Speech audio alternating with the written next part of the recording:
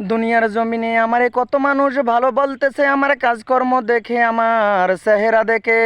না রে দুনিয়ার মানুষ না, দুনিয়া তো ক্ষণস্থায়ী।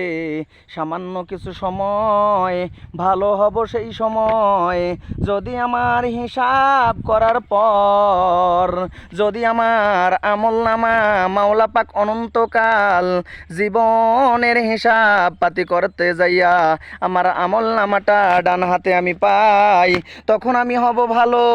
আর যদি আমার আমল নামা, আমার হিসাবের খাতা যদি বাম হাতে পাই, তাহলে আমার চাইতে খারাপ, আমার চাইতে নিকৃষ্ট দুনিয়ার জমিনে পৃথিবীতে সৃষ্টির মধ্যে আর কেউ হবে না। আমরা সবাই ইনশাআল্লাহ আল্লাহর কাছে দোয়া করব, মালিক আমাদেরকে পরিপূর্ণ ইমানদার, পরিপূর্ণ মুসলমান না বানায়া কবরে নিয়েন না।